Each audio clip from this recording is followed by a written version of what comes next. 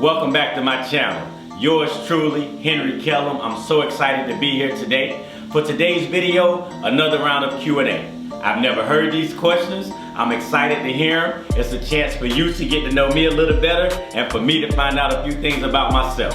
Let's get started.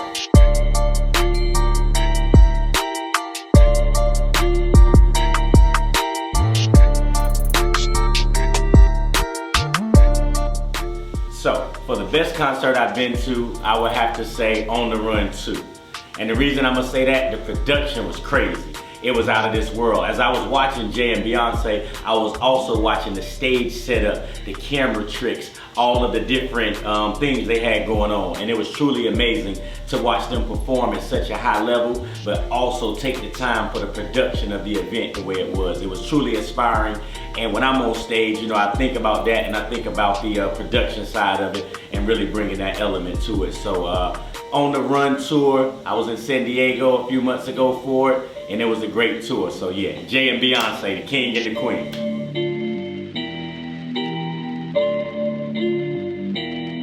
The last picture I took, well, yesterday, on the way from San Francisco. Me and Trav took a bunch of them. We was pulling over on the side of the road. We was getting some great scenery. I really liked it. I loved the one with the jacket on when we was out there and we had the backdrop of the mountains and the snow. It's gonna look good, so stay tuned. You'll see a lot of those pictures coming up.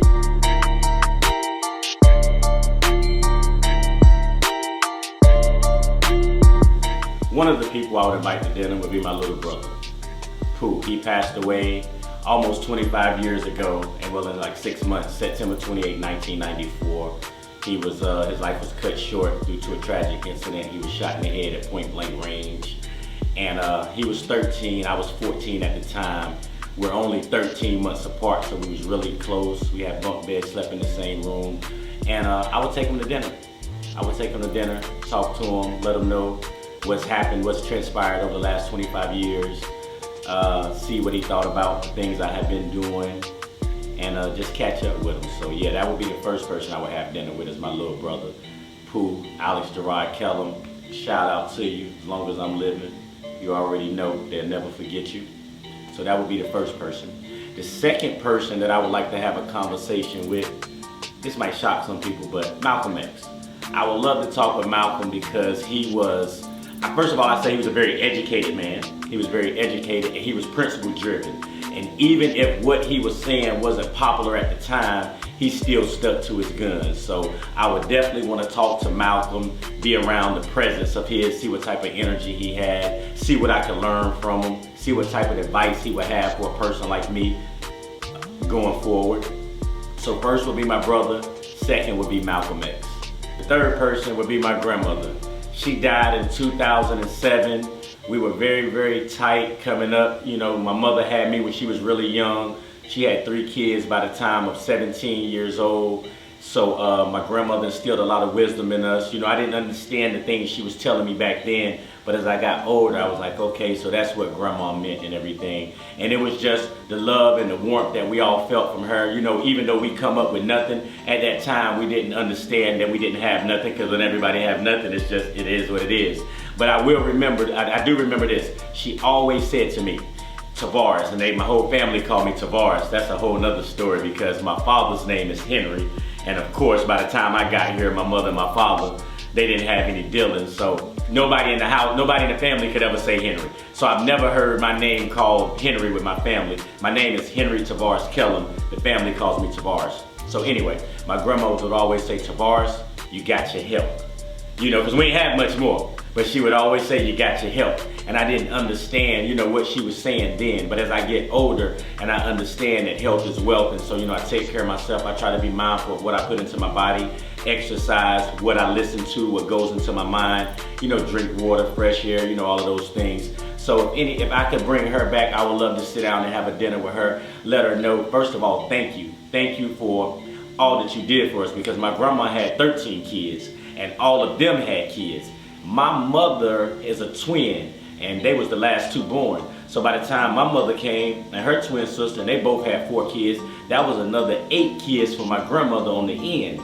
Now I understand, like, you know, I done worked all my life. I'm trying to retire, I done raised all these kids, and I got all these little grandkids running around here.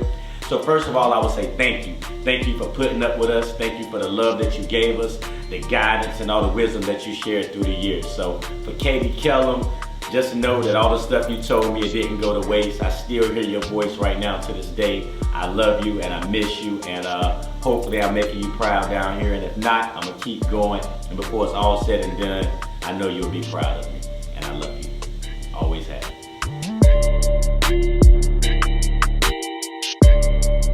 Ninth grade, Miss Pickford. That was my social studies teacher.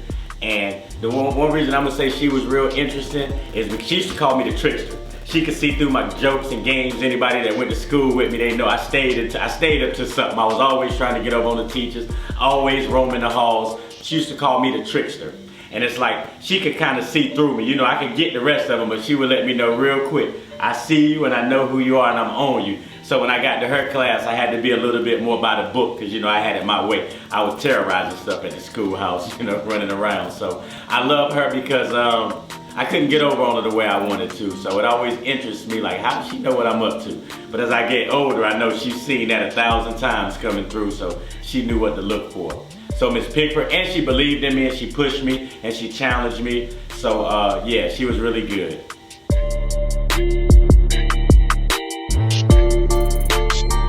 Live forever? No, I don't think so. No, I think at some point, I mean, first of all, knowing that you have an expiration date, I think it gives you like a sense of urgency to make sure that you get out here and you push and you try to make something happen.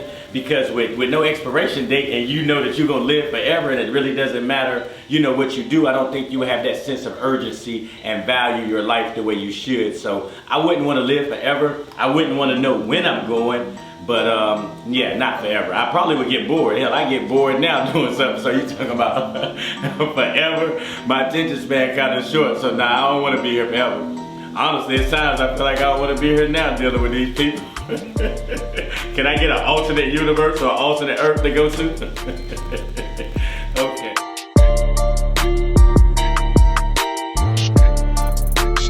It started out bad. I mean, it started out terrible. And this is the fact that my father wasn't there. Of course, I'm a little boy. I want my father there. I'm feeling abandonment. I'm feeling, am I good enough? I'm upset with the world because he's not there to discipline me or to teach me anything. So I'm like, you know what? Can't nobody tell me anything. So it made me put up this shell when I was really hurt on the inside. And it started out bad. I didn't have no guidance, nobody to give me any advice. I had to figure it out on my own. I am the second born in my mother's house, the oldest male. So real from a young age, I'm the man of the house.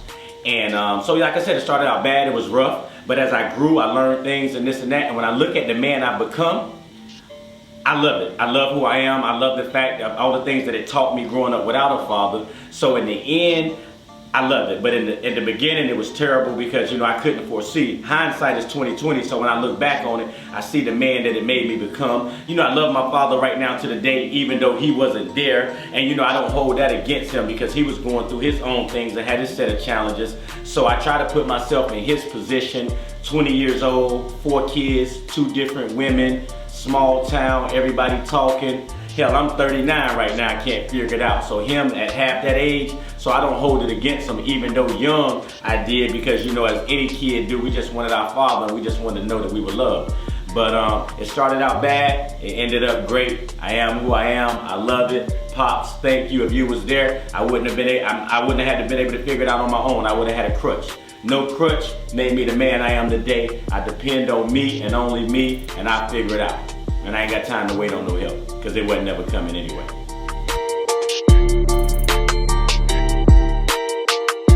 People that talk too much, you know, you gotta pay closer to them. You know, they say you got 2 ears and 1 mouth, so you can listen twice as much as you talk. And if you're talking, you ain't learning nothing new, you're only repeating what you already know. So if you're talking too much and too fast, I'm gonna be a little skeptical. I'm skeptical of people that say all you gotta do is. You know, all we gotta do is. If you hear all you gotta do is, go the other way, because they don't really know. Another thing to look out for is people that's just rude and not polite and wanna force their way on other people and everything. I have to look out for them, or wanna force their opinions and beliefs on other people just because they believe a certain thing. You gotta believe what they believe, and we can't have an adult conversation and agree to disagree.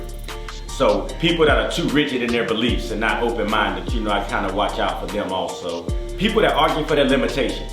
You know, when you're trying to, let's say, start working out or something. Well, I can't do this and I can't do that. Start with where you at. So people who qualify themselves in the negative, I know you're making too many excuses, then that's something to watch out for too, because at the end of the day, you got to do what you got to do to get where you got to go. So we have no excuses, period, over here. Well, I mean, I got to speak firsthand on this.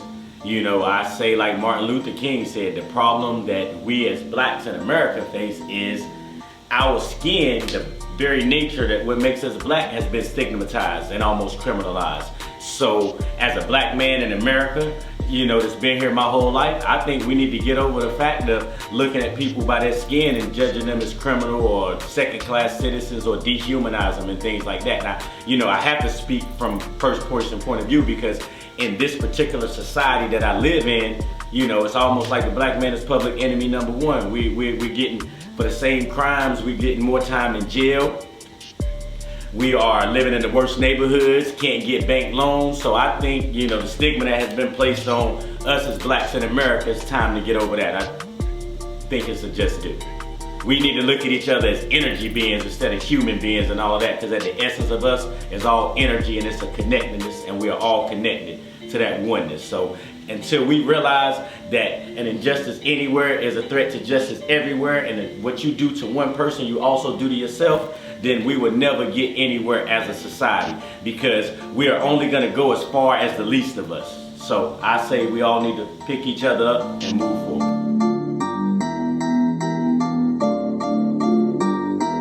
Okay, so if you know me, you know I'm a real picky eater. Like, when I say picky, I mean super picky. Like, oh my gosh, I still eat plain, well, when I used to eat burgers and stuff like that, plain burgers, ketchup only, maybe it's something like that. I've never had mustard or relish or mayonnaise.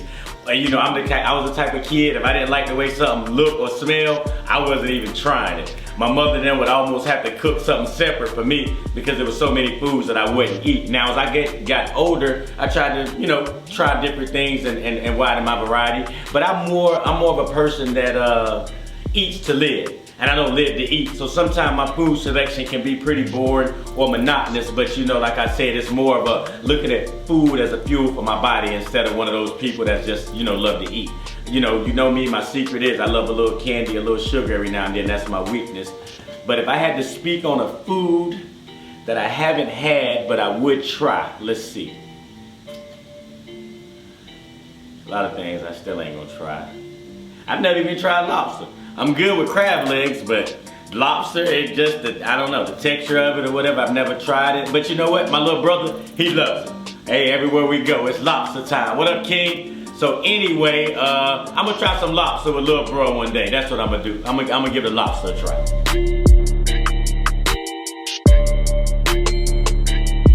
Probably mostly everything. When I come in the house, I get comfortable. I got me a little Dyson space heater. Anybody that know me, I hate being cold. It's almost torture. I get my heater. I got my little blanket. I make me some tea. And I sit back and wrapped in my blanket with my little space heater and drink my tea and chill, and just chill, man. You know what I'm saying? So, yeah, for real. I know they say I got an old soul, you know what I'm saying? I mean, I've been doing this thing for a long time, people, so, you know, bear with me. But yeah, my little tea time, sit back with my little heater, do what I do. Thank you so much for joining me for another episode of Q&A. I hope you learned some things about me today. I had fun with this set of Q&A. Do me a favor, please drop a comment below. Let me know what you think. Leave me some questions. I'll be waiting for you right here for the next episode of Q&A. And as always, I appreciate your time. It's your boy, H. High Key Lifestyle. Let's go.